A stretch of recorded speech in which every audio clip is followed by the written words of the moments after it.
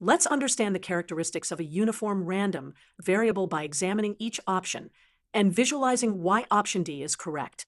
A uniform random variable has a very special property.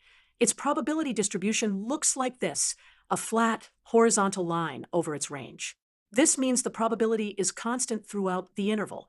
Let's examine option A, which states that a uniform random variable is more likely to assume a value in the specified interval than other intervals of equal size. This is incorrect. Let's see why by highlighting two equal intervals. Option B suggests the uniform distribution can be approximated by a normal distribution.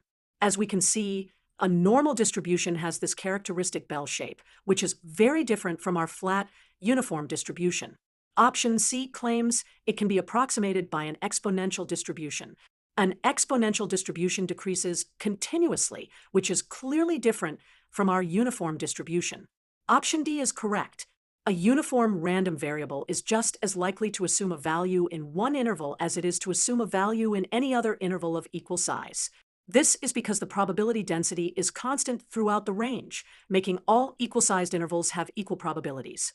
Therefore, the key characteristic of a uniform random variable is that it has equal probability of occurring in any interval of equal size within its range.